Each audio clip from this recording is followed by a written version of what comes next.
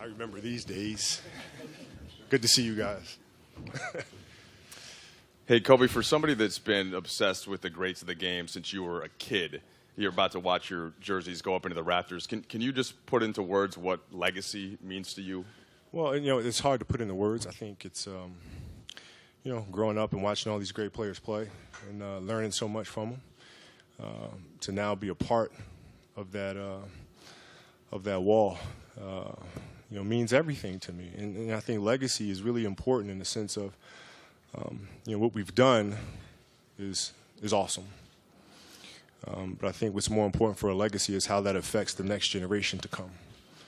And, for the jerseys that are hanging in the rafters now, the impact that they've had on me, which led to us being in this moment here and now. And I think that's the true mark of a legacy, is how well it impacts the next generation. Kobe, el mensaje que le das tú a las generaciones de jugadores por venir, tu mensaje para aquellos que sueñan ser como tú. Tienes que haber un sueño que es más grande, tienes que trabajar cada día para ese sueño. Y más importante que esto, vas a ser personas que no creen en tu sueño. Te lo digan cada día que no es posible que tú lo que hace realidad. Tú lo tienes que escucharlos, usarlo para motivación. Bill? Hey, Kobe, over here. So driving in today, I'm sure you saw the crowd of people outside. All these people, and you're not even playing tonight. I mean, you've been retired. The effect you have on this city, are you ever in awe of that, or is that something that you can feel? It's weird, man. It's because growing up, I just wanted to play basketball. You know what I mean? And then wanted to win championships. I wanted to be regarded as one of the greats, and all this stuff that was very internally driven, individually driven. And as you get older, and as I sit here now, I come to realize that it's really not about those things. Those things carry a greater significance to them, and it's how well can you affect or impact others, not from the sense of fandom or whatever the case may be, but it's through your actions, through your behavior, through your commitment to the game. How can that inspire people to be as committed in whatever field that they're choosing to be a part of? And that's where I think the connection that we have, and we fed off of that energy. I fed off their energy for many, many years, and I think that's the reaction you're seeing. Ted Sobel, on the right. Hi, Gob, over here. Good to see you again. I remember the first day you walked into the Forum, and I'm thinking, that little kid right now is still inside of you somewhere. Can you go back there and think about even imagining that this has happened, and just the emotions of dealing with all these accolades, and at the same time, have you had a chance to look outside yet and see what's going on in Kobe land? I haven't had a chance to look outside and see it. I mean, I saw it driving in, and what? You know what I mean? It's kind of like, and then secondly, I can remember back to being a kid, because that child inside of me has never left. All the years I've been playing here, that child inside of me has never left. I mean, one of the first things I did when I walked into the Forum, when the lights were down, it was dimly lit, and I looked up and looked at all the jerseys that were up there, because I'd seen them many times on videotapes before. And before every game, I made it a point to kind of glance up there and remind me of what I'm playing for, how I got here, and what it is that we're representing. Appreciate all of this as you evolved as a person. Well, the appreciation comes in moments. It comes in increments. Like you go through a moment in time and you realize that you're going way too fast, and you don't really get a chance to appreciate everything that's happening. So you take a beat and you appreciate it. But the reality is you can't stay there. You know what I mean? Because then you can't ever grow and evolve, right? So there's moments of appreciation, and then you have to move on and focus with your head down on what comes next, and then come up for air every now and then. Second row in the center. Kobe, ciao. Ciao. Fra tutte le emozioni della tua carriera, draft, titoli, questa come la classifichi? Ci hai pensato questa mattina? No, non ho pensato molto, perché volevo rimanere in questo momento. Adesso come mi sento in pace. in pace, mi sento orgoglioso di quello tutto che ho fatto qui con i Lakers, però dentro di me a pace. Mark Medina.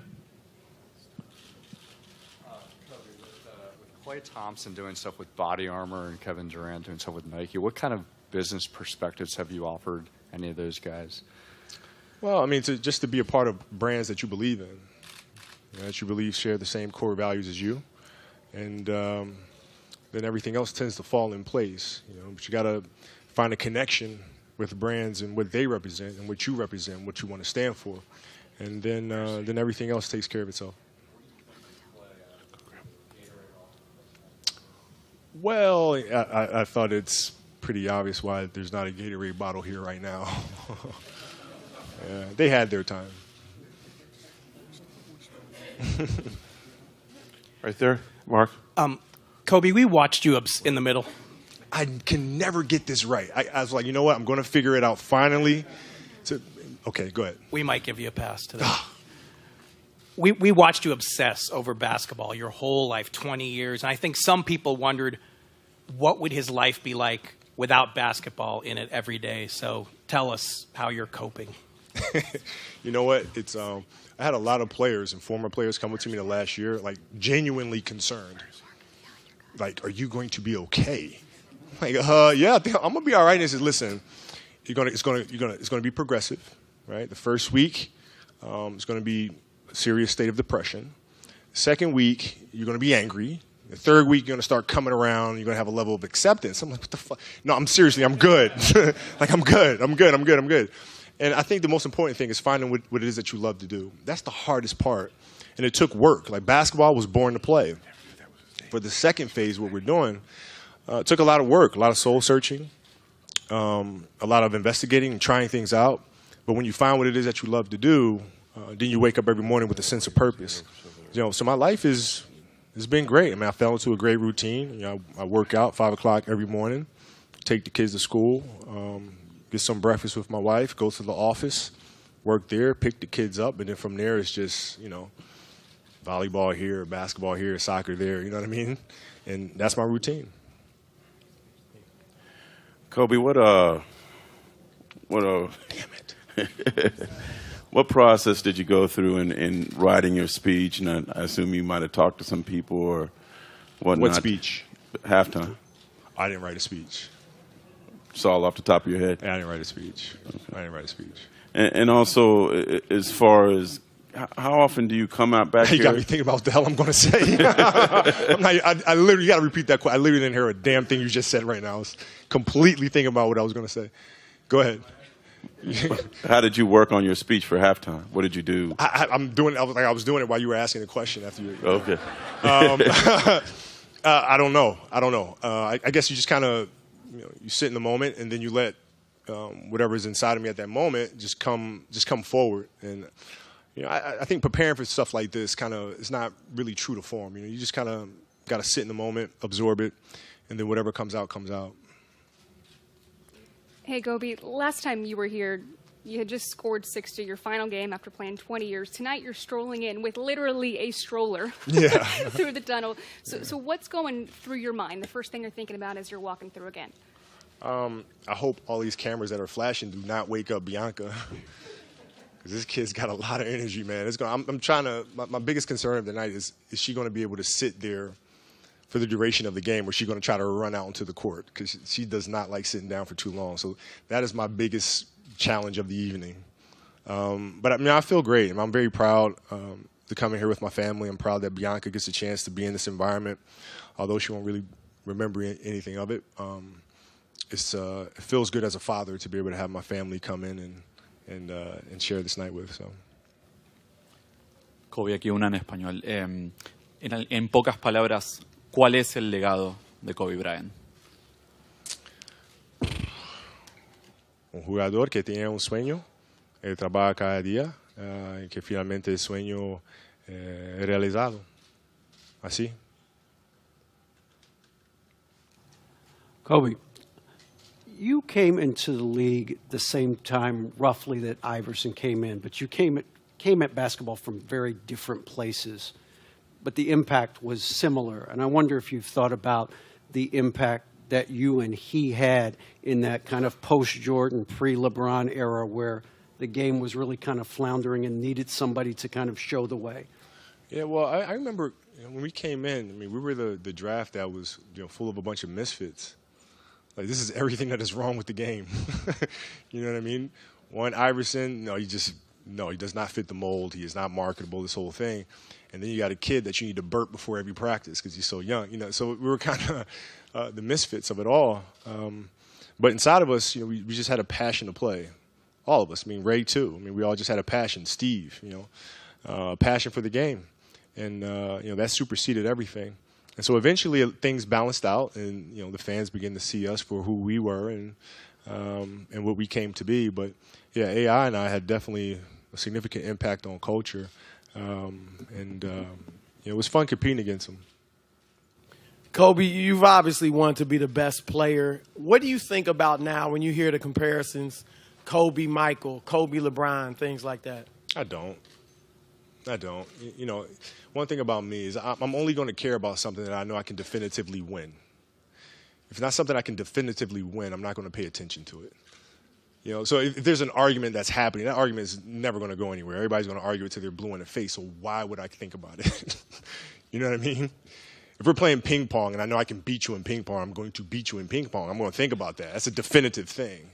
So I don't think about that much. Hey, Kobe. Everyone is talking about who was a better Kobe, number 8 or number 24. I really want your answer. Thank you. Well, it depends. It depends. If 8's playing 24 after he just ruptured his Achilles, then it's a problem for 24. You know what I mean? If 24 is playing as 8 when he tore his shoulder, and it's a problem for number 8. So it's just, I don't know, depends. Kobe, dos preguntas. La primera, ¿cómo es tu vida después del baloncesto? La segunda, ¿cómo estás viviendo esta noche? La vida ahora es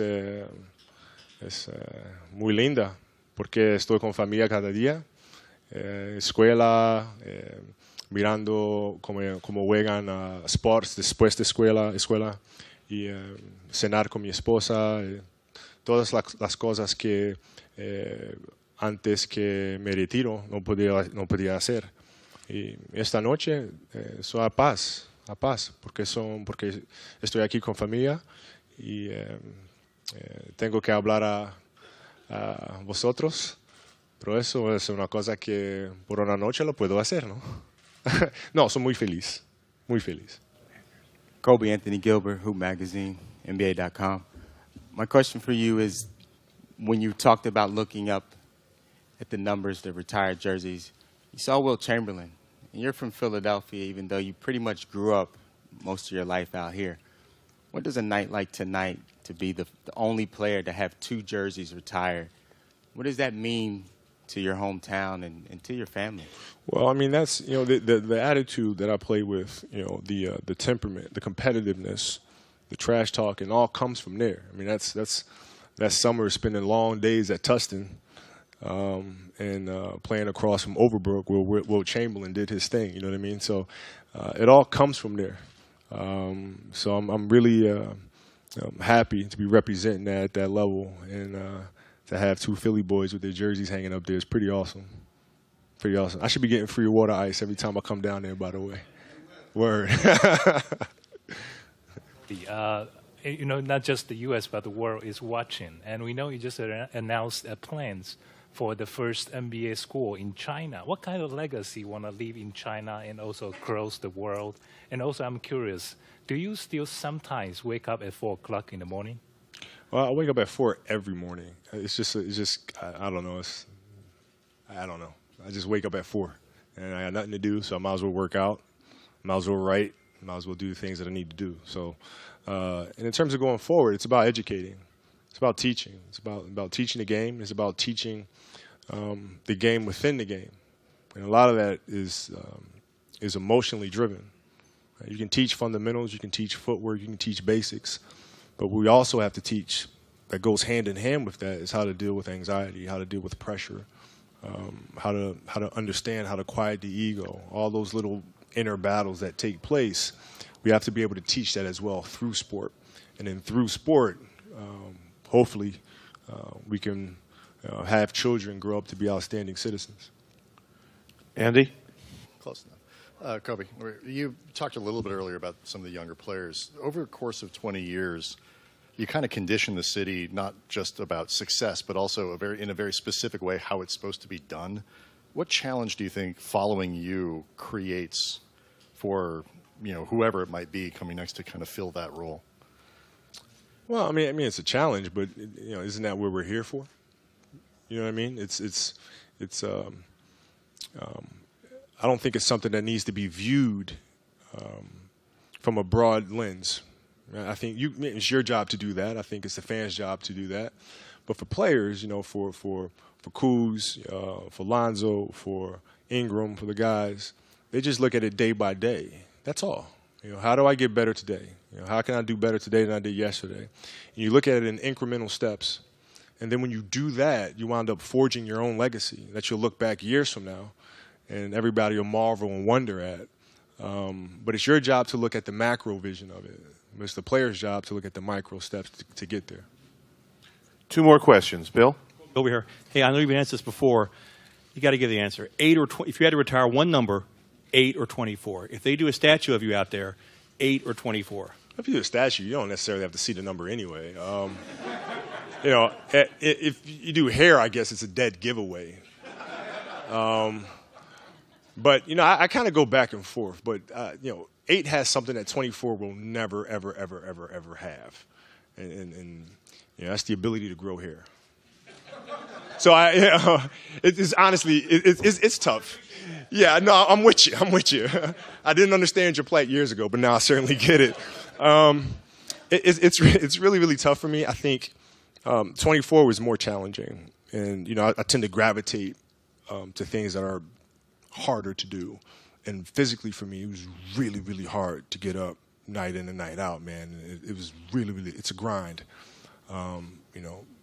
Taking on the Boston Celtics, having a bone fragment in my foot during that series, having a broken finger, and muscling through that back half of the career, some of the toughest stretches of basketball ever, man. And so I guess if you forced me to pick one, I'd probably go with 24 because of that.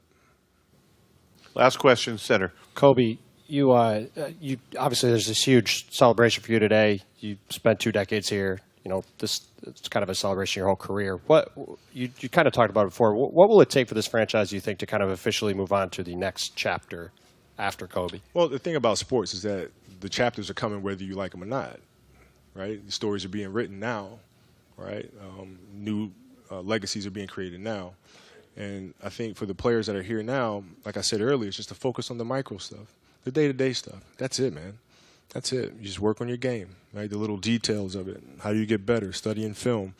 And then as time goes on, you'll look back at this beautiful thing that they've created, right? But in the moment it's creating, you don't know. Like, if you guys 15 years ago, you say Kobe Bryant would be sitting here giving advice to younger players in the NBA, you guys would be like, get the fuck, are you kidding me? This guy? No way, right? And so you never know. You never know. You just go day by day. You appreciate it each day as it comes, and that's what these players will do. And years from now, the fans will look up and say, man, they built the dynasty again. So. All right. Thank you, everybody. Thank you. Appreciate it.